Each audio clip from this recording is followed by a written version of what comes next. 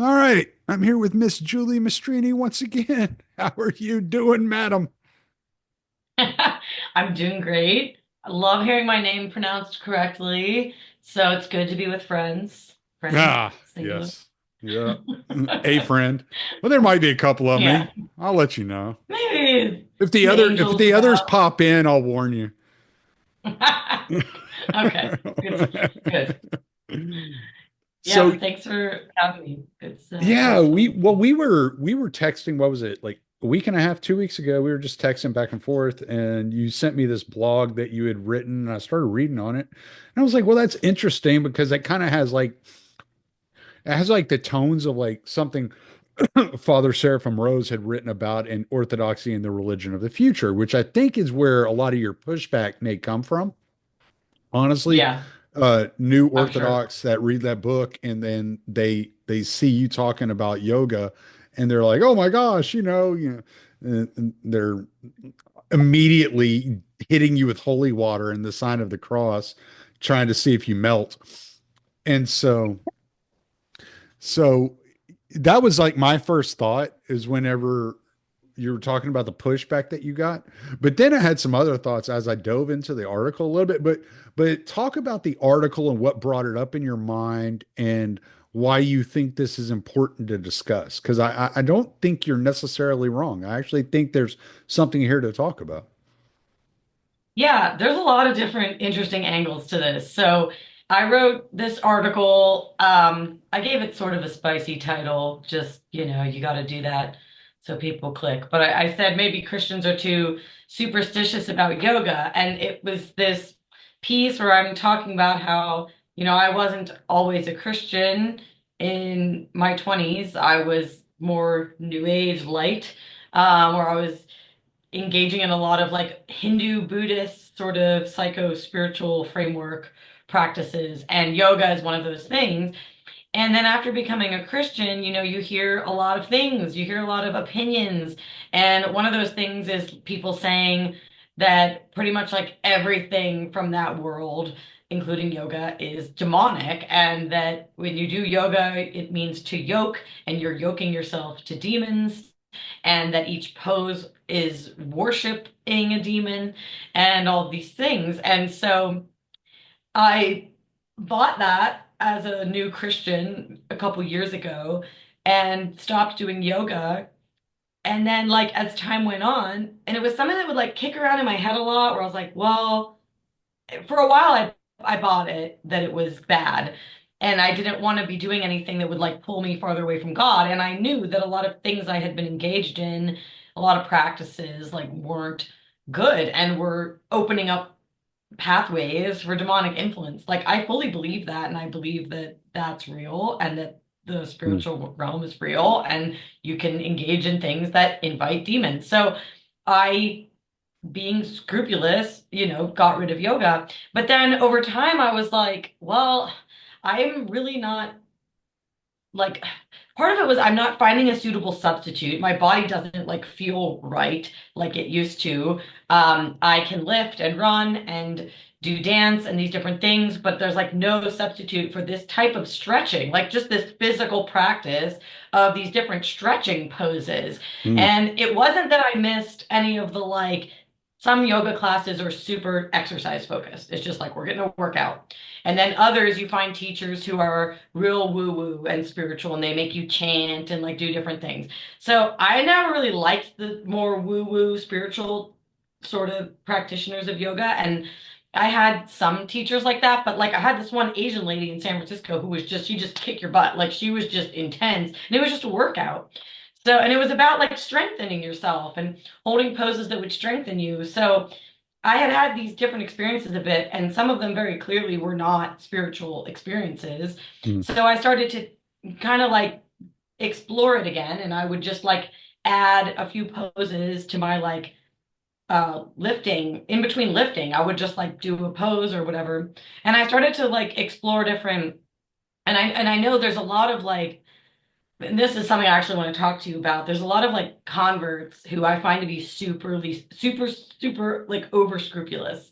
They're like Halloween is bad, yoga is bad, like reject all of the modern world. And I'm very interested in being nuanced where appropriate. And I tried that over scrupulous path and I started to rethink it a little bit. And it's not that I'm going away from Christ or that I'm, saying we should all wear pentagrams and become polyamorous and make blood sacrifices to the moon. But like the early Christians did, take pagan things and like make them Christian, right? So, Right. so anyway, so I basically, wrote this piece kind of defending a moderate yoga practice. And I make a few arguments there. And I also quote from an ancient faith topical series pamphlet where a former Hindu woman who is now Orthodox wrote about this as well and some of the things that she said. So, yeah. Well, you actually just brought up one of the things I like jotted down when I was reading your article again. I read through it right before we got on here, and one of the things I jotted down was Christians recapturing the body, because there's like a tradition in the Orthodox Church with the Christians taking over like pagan like temples and re-Christianizing that ground and making it sacred, like holy ground for the Orthodox Church. And so there's something about like the ignoring of the body, right? That it's like taboo. And I think that's because we live in such an over sexualized world, in a world that's over sexualized, and there are so many people that are so like vain about their fitness and who they are, that they want to completely shun that. So then you end up with like these blobs of humans that are like, well, yeah, but I'm a rebel, man, because I don't lift, like, or whatever. And Yeah. so there's like this Yeah. whole like The idea, vein or whatever. right? There's this idea of like recapturing the body, because the body is part of what Christ gave you, your body. And so Yeah. taking care of that and enjoying it and doing it in a way that is Christian and not Yes. That necessarily. Yeah, go ahead. No, go ahead.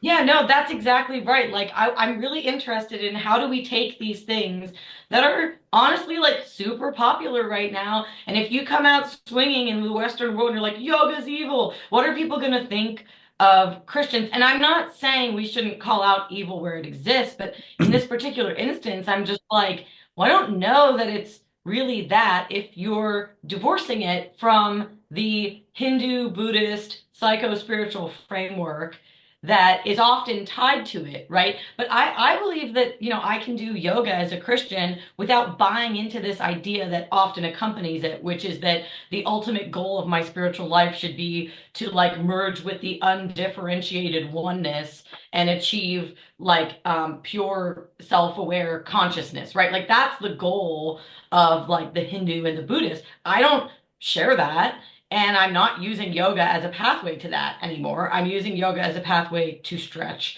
and to, like you said, like rejuvenate my body, right? And for all that Orthodox Christianity offers, really the only we have some physical practices, but it's like fasting and like prostrations. And then other than that, there's not really any sort of you know, you have like I just read that article in The Independent about men coming to Orthodox Christianity because it's more masculine and they're rejecting the feminization of the Western churches. And like in that article, it said some of these guys are doing like cold plunges, right? And it's like, well, certainly some people who are doing cold plunges probably have like a Hindu Buddhist type of spiritual framework, and they probably think the cold plunge like helps them achieve their spiritual goals of like again merging into the undifferentiated oneness or achieving these meditative states. But that doesn't mean cold plunges are bad, because there are physical benefits to cold plunges that a Christian should want or could want, right? Mhm. So like I don't think that this like marriage that people claim, I don't know if I'm like 100% buying it. Like I think yoga can just be a physical practice that helps you to slow down and stretch without me buying into the underlying framework. But I think it's easier or not the underlying framework, but rather a framework that's often attached to it, but maybe I don't think is inherent to it. And that's Hmm. where the argument comes in. People say, well, it is inherent and you're wrong and you're worshiping Ganesha when you do this pose. I'm just not sure I buy it. So, Well, let me ask you this because like I want to kind of like take you back to your time when you were before Orthodox Christianity. What was the attraction, in your 20s? What was your attraction to kind of the more new age philosophy as opposed to being an atheist, let's say? oh yeah. Well, so I felt like, I briefly was agnostic, so just had like no spiritual anything. Mm, But then, there were certain, like, I had certain experiences that just made me be like, okay, no, like, there's a spiritual realm, right? okay. Even though I had like rejected Christianity. And so from that standpoint, like, okay, there is a spiritual realm. Now, how do I engage with it?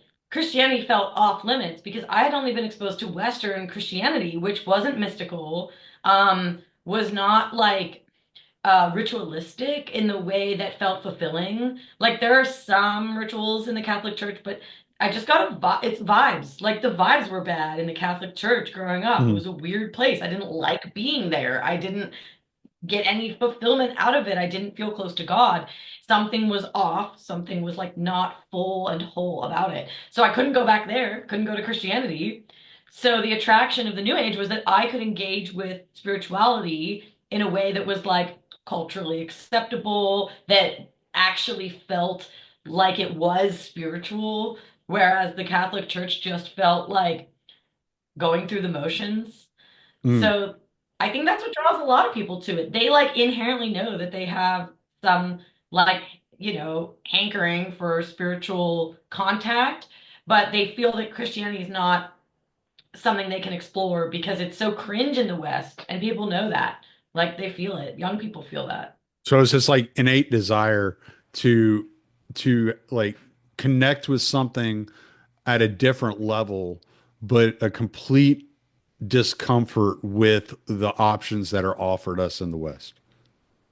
Yeah, exactly. Like people just it's almost like yeah, like they sense something like phony about it, almost like Mm, a mega corporation where you're like, I'm gonna go to the like alternative stuff because like this has some agenda I don't vibe with and I don't like, and then obviously there is the whole I was also like awash in like feminist programming from university. So there is if you've set the culture has in a lot of ways set up things like patriarchy and hierarchy, even just hierarchy, as being like evil. And it was never like properly explained to me, like what that truly means and the benefits of like male leadership or like whatever. So I was also coming from a framework of needing to reject some of the like structures of Christianity. I couldn't possibly accept, this like hierarchical institution with male leadership or whatever. mm.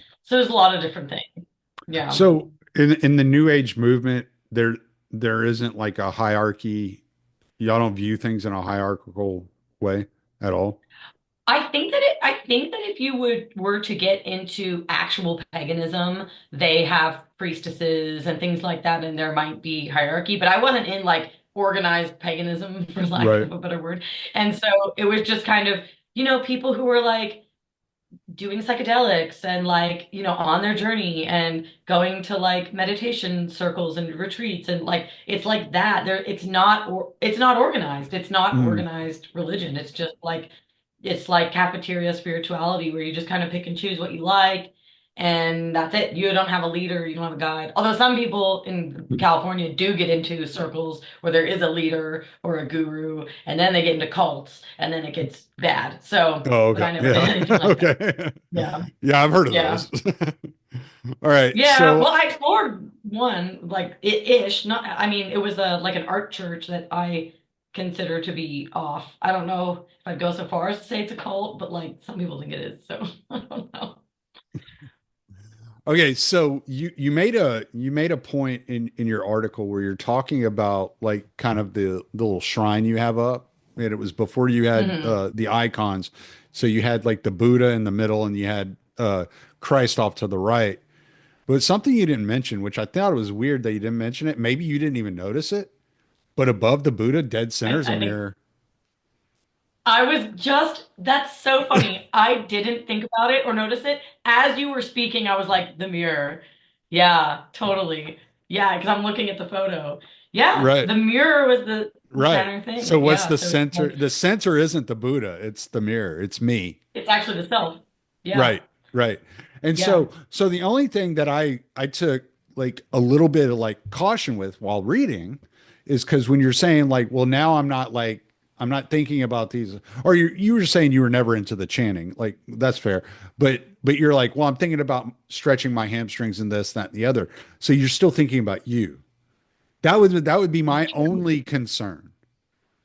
yeah, that's true. And so, and then it's like, well, you could connect that to, okay, when I focus on my health, whether it's physical or what I'm eating or whatever, I am then a better servant of God, right? Because I'm Mm, healthy. mm, So I can fulfill his will the more that I'm physically healthy. So like, yeah, you're not wrong. And like this is something I've talked to numerous people about, and I do get like wildly different responses from people. There's no like Orthodox canon or any sort of canon about right. yoga, right? Right. Right. Right. So anyway, like I think that's a good point. And I do want to be cautious about anything that's like too like self-serving. Mm, But then it's like, okay, if I go to the gym and lift, isn't that like in a way it's for me, but in a way it's not because I'm trying to be like a soldier for Christ and I need to be fit. You know what I mean? It's like mm. something like that too. Like my underlying like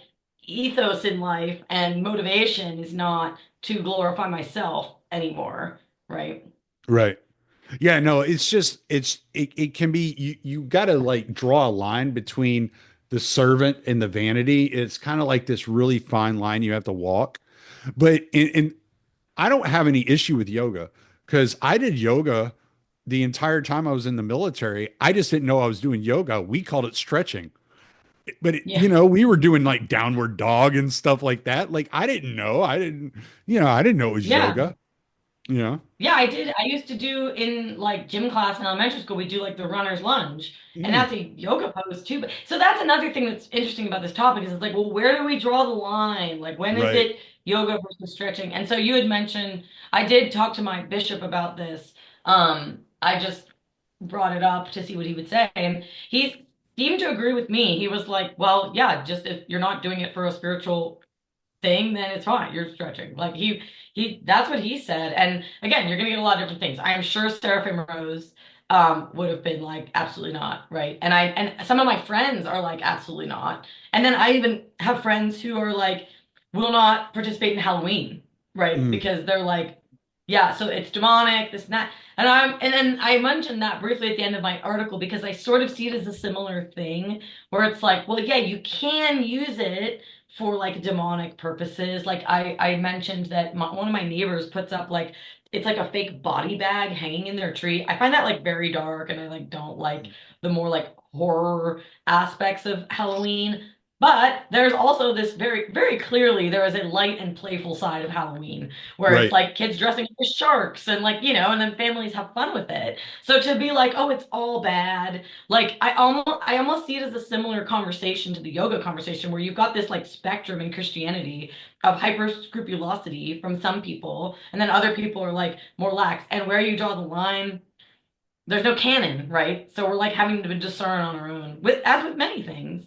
Well, and I think a lot of it depends on the person's ability to discern and the person's ability to separate the evil from the good. Like one of the things, like I never okay, so I was raised in like kind of the Southern Baptist tradition, and I went non-denominational and et cetera, et cetera. I went all over the place throughout my life, but when I was going through my second divorce, I was like, I don't want anything to do with religion anymore because both the things that my divorces had in common were both my now ex-wives said, I prayed about this and God said, And I was like, well, if that's what God keeps telling people, I need to Oh, get away from him.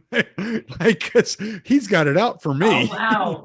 you know? Interesting. And so I would, I just kind of like separated myself like completely from religion whatsoever. And I was talking to Buck about this a while back, and I was like, I didn't like some people go to the point where they hate God, but I didn't hate God. I was just indifferent to whether there was a God. I just didn't care. I was just like, it doesn't matter. Like whatever. Like I have kids to raise. I'm working for a living. I ain't got time to worry about all that crap, you know? And what I found though is where I spent most of my time was in my creative side because I was always a very creative like kid. I was writing poetry and short stories and all this when I was younger, but I noticed that they kept getting darker, right? Mm, So I didn't get into like new age and commune with the evil that way. I let the creativity like take hold. And I'll go back and I'll read some of my old short stories from when I was like 30, 31, 32 years old. And I'm like, God, I'm glad I never published this. You know, like some of the stuff I was talking about and like just the like kind of hinting at like different things. I was like, I was in a really dark place. And I yep. look at it and I was like, I was feeding that evil. Like whether I was doing it intentionally or not, I was feeding that evil. And it's made it a very difficult struggle for me, you know, when I came to the church because it's something I have to face. And I'm like, yeah, I'm not down with you anymore, dude. Like that was like then. Yeah. And it's like that. So, yeah, like when you are unknowingly communing with darkness, like it's unknowing often, right? Which is why I also wanted to be really careful with this yoga conversation because that is what's happening with a lot of people that are practicing yoga. They are not with Christ, they are into the darker aspects of this realm and the realm beyond. And so and they often like don't know it. Like and your story reminds me of like I was at a music festival last summer and somebody came up to us and they were like, look at my art. And it was really dark. It was like they were taking like children's cartoons and making them like have knives and like it was like really, really demonic stuff. And this person, I mean, they clearly seemed troubled, but they probably just thought they were like creating and maybe the creating is good, right? But they were clearly like in a dark space Well, when and what you're was coming out of them creating, was dark. when at least for me, whenever I was creating and I was pushing all this like dark imagery and doing all this stuff, it was like I was getting it out of me. It was like I was flushing it Mm, out. So then it's not there interesting. anymore. Like, right? So like Oh, I'm purging myself of this anger. interesting. This is how I'm purging myself. But then the next time I sit down to create, it's worse. And the next time it's Wow. worse. And the next time it's worse. Wow. So every time I had That like, and I would, it got to the point, there were times where it got to a point where I couldn't sleep at night because these creative vibes were like in my head and they wouldn't shut up and I couldn't stop. And I would jump out of bed at like 3 o'clock in the morning, wide awake and just start writing. You know, it was just like whoa. something that overtaken me. Like I had no choice but to get this out.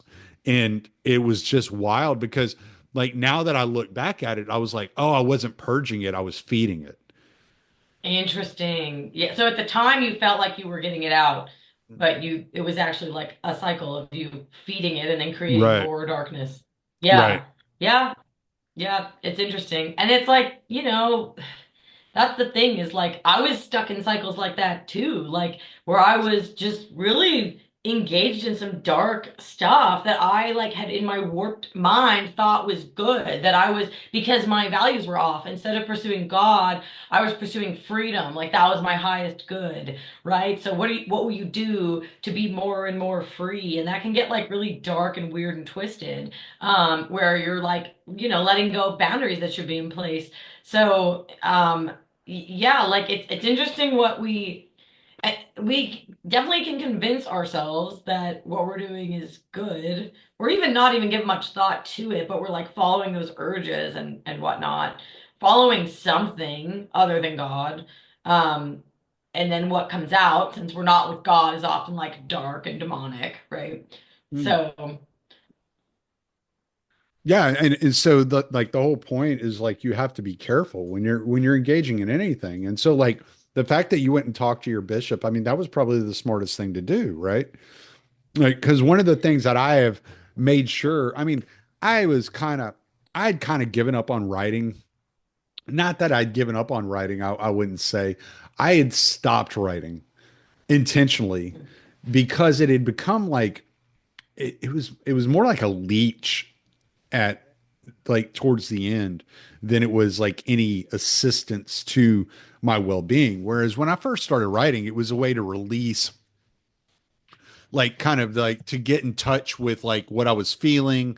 I started writing like, maybe when I was like 11, 12 years old. And I would write like short poems and, I would read poetry and I was trying to like figure out the structure of poems. And so I was extremely creative in that way. I loved reading. So I would write like little stories. I've written like I have a novel somewhere around here written down freehand. I wrote the whole thing freehand. I never typed it up. It's sitting in a wow. binder somewhere in here. Probably about 300 pages. And it's just like it was like a way for me, like I felt like it was a way for me to release, get in touch with myself, get to know myself better, like kind of like, you know, almost like a meditation ritual because like I was not, my mind was never quiet. My mind was always racing and loud. So I was like, if I can focus all that noise into something that was creative, something that was beautiful, Mhm. then I'd be doing something good for myself. But then like I guess after years of doing it, I realized that what I was doing is I was making that voice louder.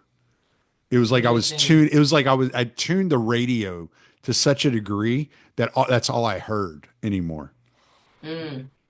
And And so you probably, go I was ahead. going to say, you weren't like engaging in anything like wholesome, right? Like you weren't like going to church or like praying or whatever to like tune the radio differently. It was just tuned into that one channel Yeah, it and then was just whatever like comes through. let's see what comes out. Let's just see. Yeah. Like and like when I first Interesting. started writing and stuff, I mean, you're talking years of this. You're talking 20 some odd years that I spent and I would focus on it. And I would like focus in so like like demandedly on that noise so I could put down on paper what it was saying. It was like, Interesting. yeah, it was like if I sat down So to not write a, in that, if I could sit down and oh, write like a 3 page poem, it would take me 5 minutes.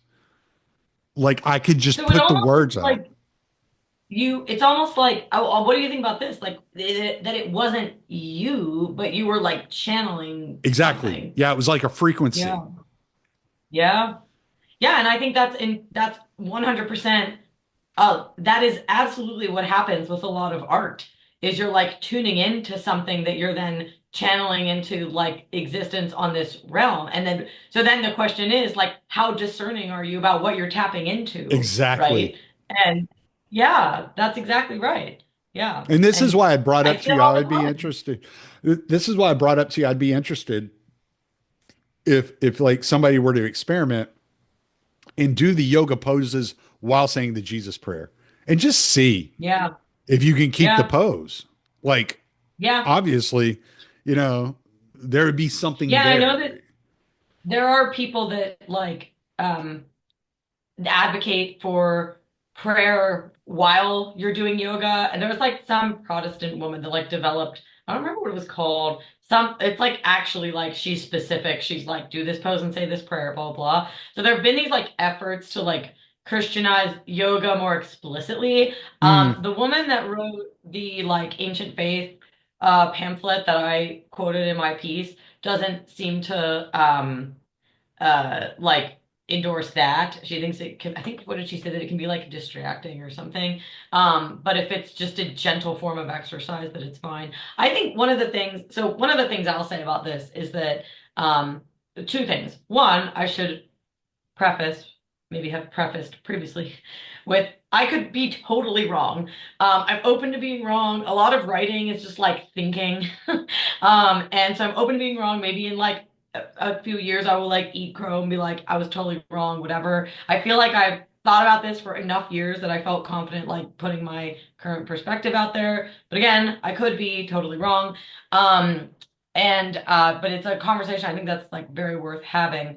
Um, and then the other thing I was going to say, which I've totally lost, is that something that really interests me as someone who like people will meet me and like think I'm somebody actually met me once and I think I was wearing earrings like this and they're like they said to me like you're new age, right? And I was like, "No, I'm a Christian." And I like pull out my necklace and they're like, "Oh." So I like understand those spaces and can even like pass in them if that makes sense. Obviously, I'm not going Mhm. to like engage in things that they're doing, but like I look like in a lot of ways like a millennial like person that would like fit in those circles.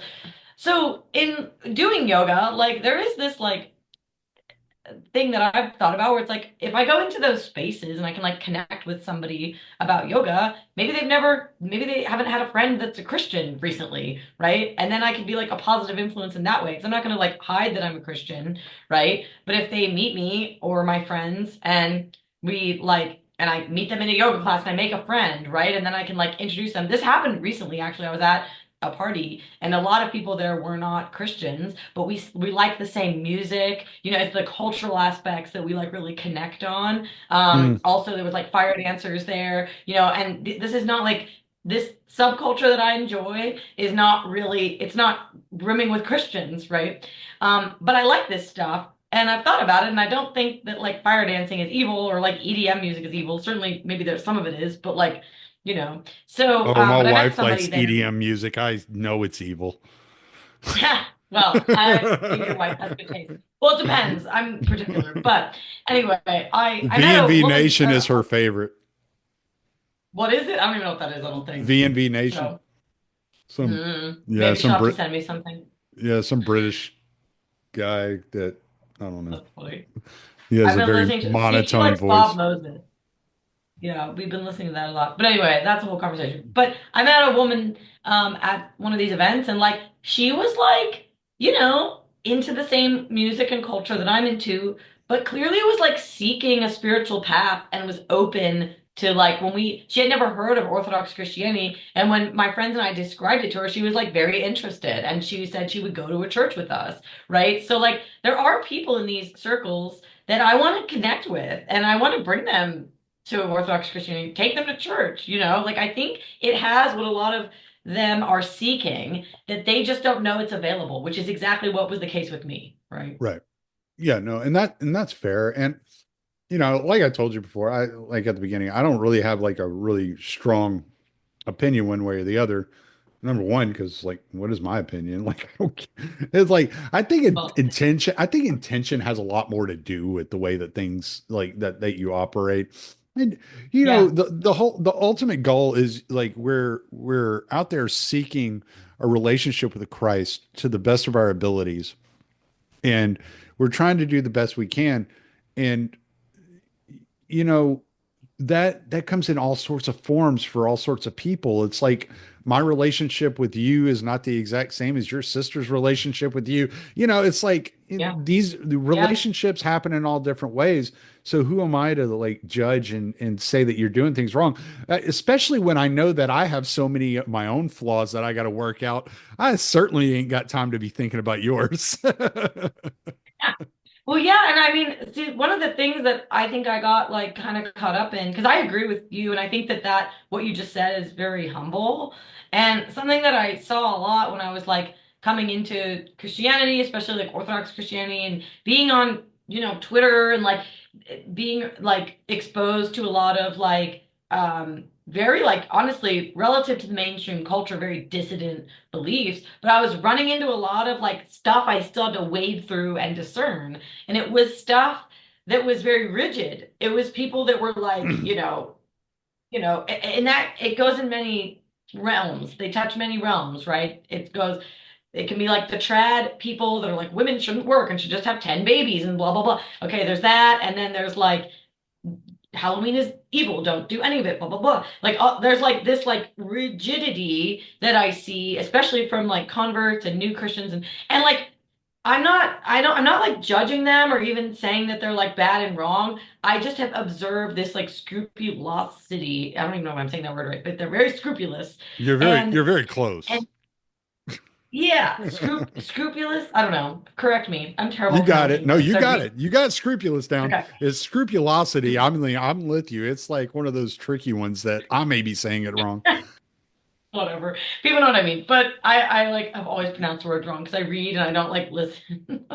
Um, but anyway, and that like I've seen it actually create a lot of problems where it gets into this almost legalistic territory, I guess, where it's like you said, everybody's different. There's all these, and this is not to argue that everything is subjective by any means, but I think that God is more like various and understanding and loving than he's often depicted.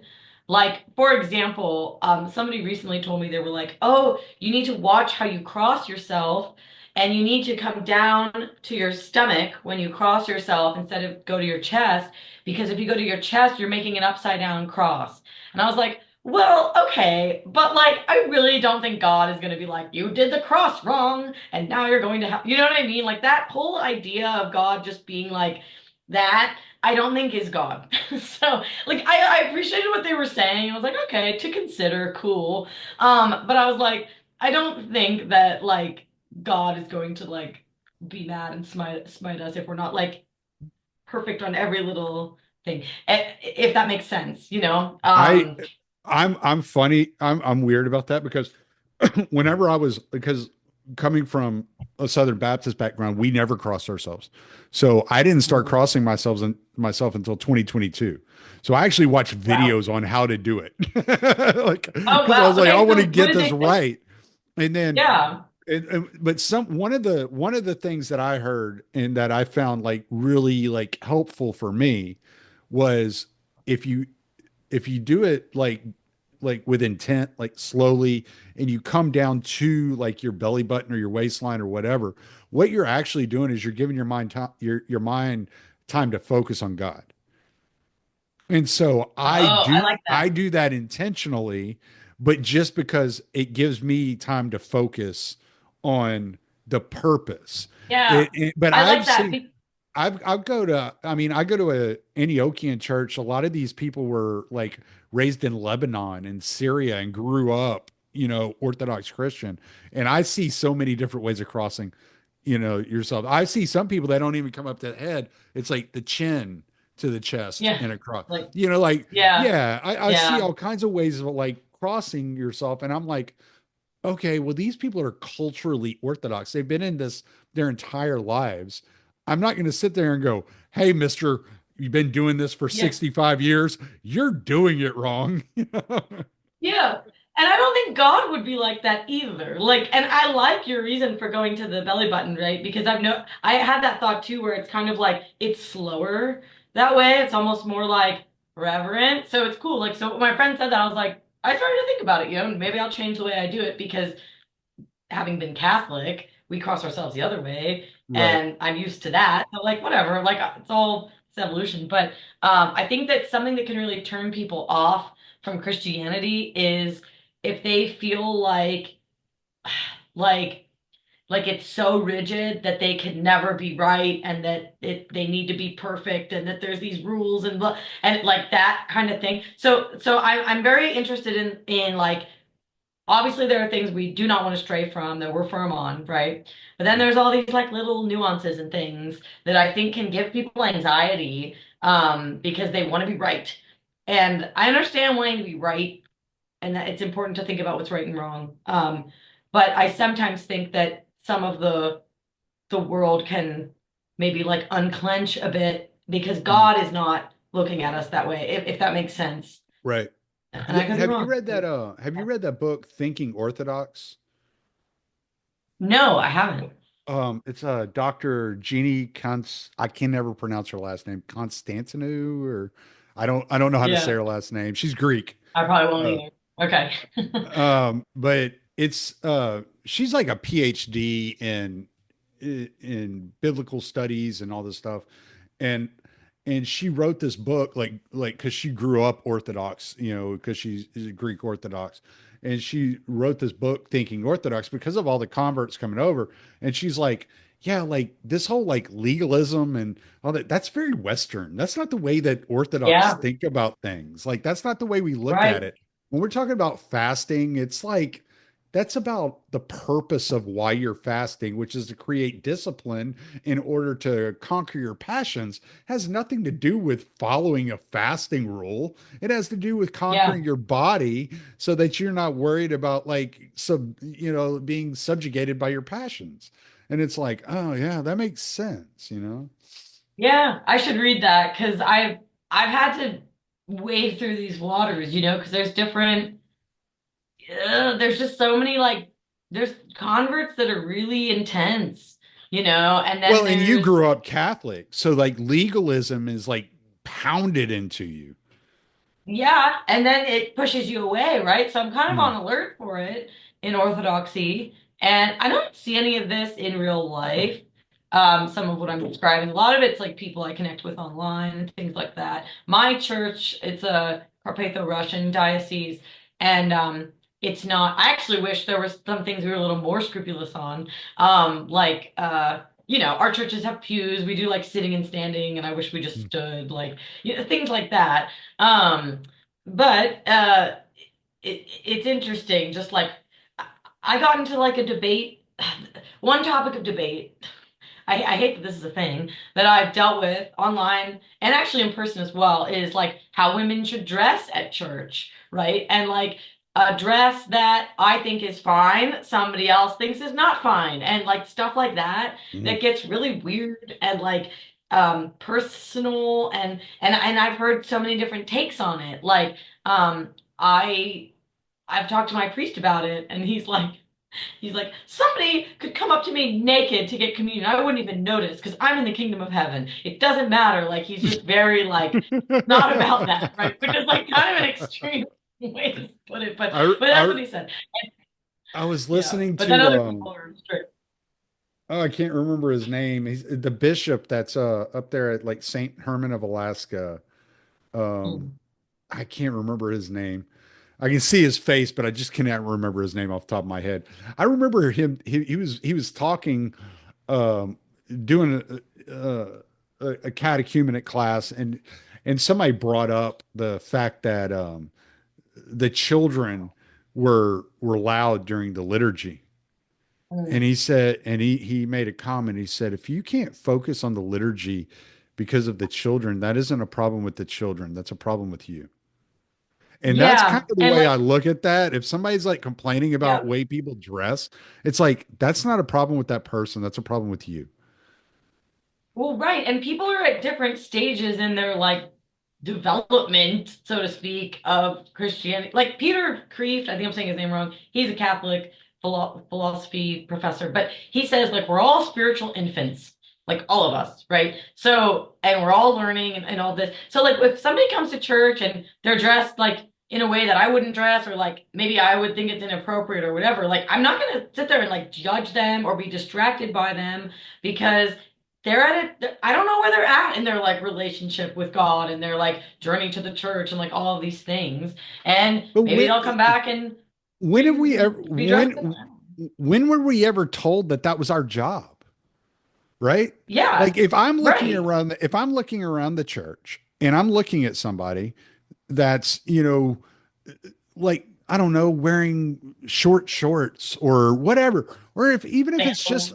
even if it's just like let's say it's a 17-year-old kid who's wearing, cargo shorts and a tank top. Like, what is it my business? I don't Well, know. right. And I don't know. Maybe he rushed to church from an event and that's what he had on. And that was the yeah. only chance and it was his only opportunity to get to the liturgy was to wear that.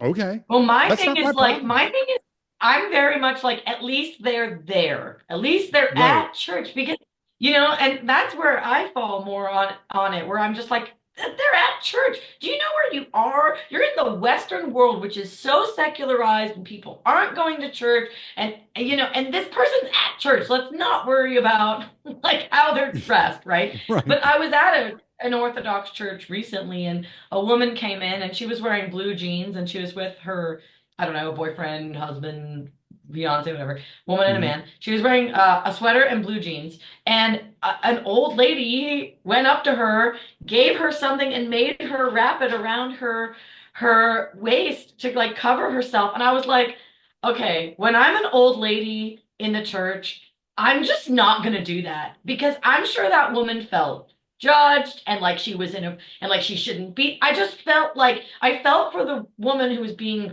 sort of reprimanded because I was like, maybe that was her first time at that church. And the first thing Mhm. that happens is someone's like, you're dressed wrong. You know what I mean? Like, I was just like, I don't like that at all. Like, I get Right. gently correcting people, but after you've established a relationship, I don't know, maybe they had a relationship.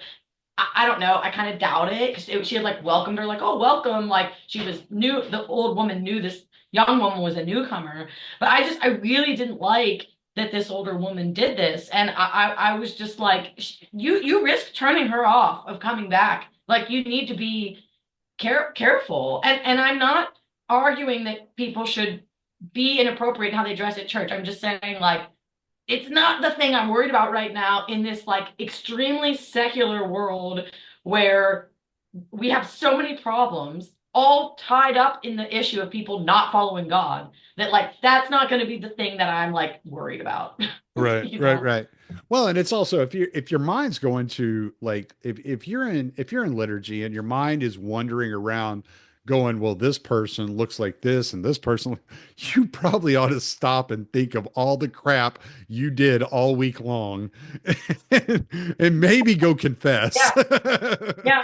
And I've written articles on why women should dress modestly. Like I'm like I understand, you Hmm. know. I just like I want there to be just sensitivity to just where we're at in the Yeah, yeah, culture. And yeah. like Well, I you mean, said, what are we if really somebody, if focusing it's on it? somebody's first time like coming into the church, like, I mean, you probably don't expect them to have everything figured out quite yet. Yeah. Like, Yeah.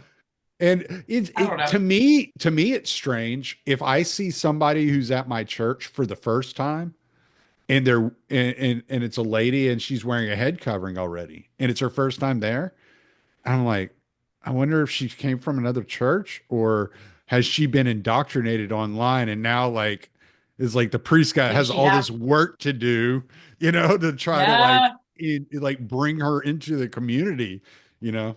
Right. Yeah. So true. Yeah. It's interesting. There's a lot of interesting things and going on in Orthodoxy. And yeah, I don't know. It's just I think it's good. I mean, it shows people yeah. that like are serious about the faith. They're serious about wanting to do things right. They're serious about Yep. wanting to get in line, in a righteous manner. It's just Yeah. sometimes they're worried about the splinter in their brother's eye and not the log in their own. Yeah, that's really the best way to put it, I think. Yeah. And I'm just interested, I'm really interested in how we like, how do we take this culture that we have right now, the things that are popular, the ways that people are, the behaviors, the practices, and make this a Christian nation again? Like You just, it's been I done before, Y- you You know, know? what I do. Man, I'm not saying I'm anybody's like moral compass here because I'm certainly not not at the top of the morality ladder. I what my whole thing is if I talk to somebody and they're interested in orthodoxy, I just point them to a priest. I'm just like, Mhm. I'll find out like if they don't live near me, I'll find out where they live and I'll find a church near them and I'll be like, here, just go there, Yeah. you know, Yep. and I yep. that's what you need to do because I'm not gonna, I'll screw you up. I'm screwed up enough. I don't want to screw you up too. Oh, that's funny. No, I think that's good. And I do the same thing. I'll try to be like, well, there's this church near you. Sometimes I get a bit of a headache over the different jurisdictions because I find that a bit personal. Like somebody might really like a Greek church more than like a Rocourt church. But if they've never been to any Orthodox church, I'm like, which one do I tell them to go to? Like, I like my jurisdiction the best. Well, it's just where I feel the most at home. But often I'm talking to people across the country where there isn't a church in my jurisdiction that I can recommend. So then I'm like, do I tell them to go to the Antiochian church or and then I find myself getting into like, well, there's these differences, but I don't want to like overwhelm them with information. Yeah. Um, but anyway, what I really try to do is if they're close by, I try to just take them to church, like with Mm. me. Um, that's not always the case or something that can happen. So like you said, I try to recommend one. But do you find that? Do you get like tripped up about the different jurisdictions ever I when mean, you recommend something? if I typically what I'll do is I have like priests that I'm friends with, and I will text them and say, "Hey, look, I got a friend in this area looking for a church. Which church do you recommend?" Okay. But my go-to typically is just to advise them to go to the Antiochian church because I go to an Antiochian church. Right. But but Makes I sense. like I don't tell them don't go to a Greek church or don't go to a Russian Right. church. I mean, I just if I know there's an Antiochian parish near them, I'll just my default is go to that. Yeah. But if I don't know like the area, and let's say they have four or five churches in the area, so like when you get into like some of the cities, you'll run into Yeah. that. I'll text Yeah. one of my friends that are priests, whether it's Father Joseph or Father John Whiteford or Father Turbo. I'll just text one of them. I'll be like, hey, where would you suggest in this area? Because they That's know good. people. Yeah. They know Yeah. people. So it's like they're gonna Yeah. know the priests of the area. I wonder if you or any of your listeners know of any churches in the Seattle area because I've been wanting to give a recommendation to a friend there and have just been unable to like figure out what to tell her. And I don't have connections that far in the Northwest. And she said a lot of the churches there are, I think, Ethiopian Orthodox, That's I think. Coptic. So they That's might, Coptic. I'm worried they're okay, What? yeah, super Yeah, they're ethnic, Coptic. and that she'll feel like turned off if it's like too Well, ethnic, right? Coptic, Ethiopians are Coptic or Oriental Orthodox, Hmm, so it's not the okay, same. There's slight differences.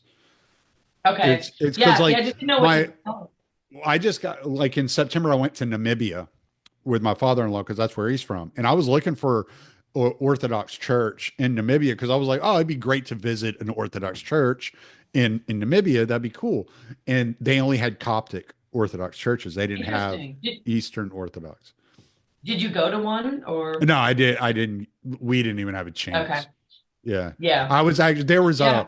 there's an Orthodox monastery just outside of Johannesburg in South Africa, and I wanted to go to it before I flew back home, and I just did not get the opportunity to go. It was Wow, just that'd be wild. yeah, it was like I wanted to go so bad, but I have been in contact with Saint John of the Ladder Orthodox Church in Cape Town, South Africa, because my wife wants to move there in a few years, and be back in South Africa. So I've already been in touch with the the uh, the priest there, and Whoa, I yeah, in didn't know communication that. with them.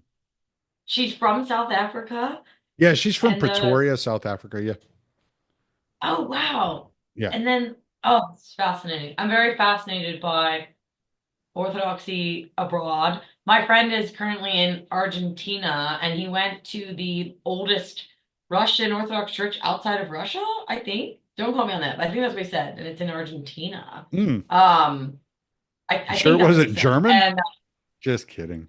I'm just kidding. well, it was Russian, but yeah, it was, I mean, it's beautiful. And then I had a friend who visited El Salvador and couldn't find an Orthodox church. And I've talked also about how I want to start a church in Sedona, Arizona. This is not abroad, but there is no Orthodox church in Sedona, and it needs one badly.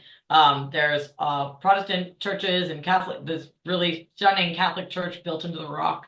But it's such a spiritual place and it's so new age and people go there for like spiritual purposes. It needs an Orthodox church so badly. I Really? met like three or four people on my trip that I would have taken to liturgy if there was one. But the closest is Wow. like Phoenix, which is like 2 hours away. So anyway, maybe someday. I But have friends in um, Phoenix. yeah. Well, tell them to start an Orthodox church in Sedona. I'll help when I'm retired. I don't know. Oh, It I know needs it. one of them is Orthodox, and he's Oh, listening okay. to this right now. Okay, great. But Tell him I have I a don't mission think for he's him. starting a church. He'd have to become a priest. You know who Yeah. you are. I have a mission for you. That's okay. All right. Well, so what is our determination? Is well, there is no determination because we don't determine these things. It was just a fun Yeah. conversation. Again, I could be totally wrong. I'm open to being wrong, but I've given this some thought for like 5 years and talked to the bishop. I've read some different texts. I think I have a pretty moderate view on it. I'm certain people will disagree with me, and I'm open to that, although I've probably heard your arguments already. And whatever. That's my take. Maybe it's spicy. I don't know. But I talked to like young women, maybe a couple years younger than me, who are struggling their way through what the culture says is okay and working their way towards Christianity. And Right. they're asking me these questions. So it's something worth thinking about. And I think it's easier to be like, no, yoga bad, this bad, blah, blah, than like getting into the nuance, right? Right. Well, like, how Yeah. are you doing it? And well, are you engaged in the practices of the church? Do you pray? Like, are you just using Hmm. it to stretch, like that kind of thing? I think it's worth thinking about. So Yeah. No, it that's my absolutely take. is. Especially because it's you can't pretend that these practices aren't popular. And if people are coming out of these traditions and out of these practices, and they're trying to figure out how they fit into an orthodox, framework in their lives, like you have to tackle these issues. Yeah. And I think I see there's a lot of stuff, even like psychedelics. That's another topic that like a lot of people come out of like that exploration and end up Christian again. Like, and it's like, how do you deal with that? You're gonna have people coming to your church who are coming from that space. And like there's a lot I'm just thinking about these, the cultural time that we're in Hmm. and people coming back to Christ. And how do you deal with some of these issues? AI is going to be a thing, probably a concern. Like, how do we engage with AI? And is that demonic? I'm hearing people say that's demonic, right? And just we're always going to have to be discerning through practices and technologies and cultural phenomena that happen. Oh my gosh. Sorry, something just shattered in my kitchen. Oh, that made me jump. Okay, I think Anyway. we've had enough of this supernatural conversation. Shatter. My sister has a box of supplies for making salve, and it just was on the dryer, and the dryer is on, and it shook it off. So Oh. nothing demonic or spiritual happening here. Just my sister putting something where she shouldn't. Oh, hopefully not But too it did much stuff startle me. broke. It did startle me. No, it's all plastic. We're good. Oh, okay. Shatter was not the right word, but I did get startled. Well, plug away Oh anything you Lord. got to plug. Okay, my Substack, I haven't been updating as much as I'd like, but mysticsisters.substack.com. And then my X account, I cannot bring myself to say X. I still want to say Twitter. Twitter is a better word. I don't know. Sounds weird. X account sounds like it's a porn site.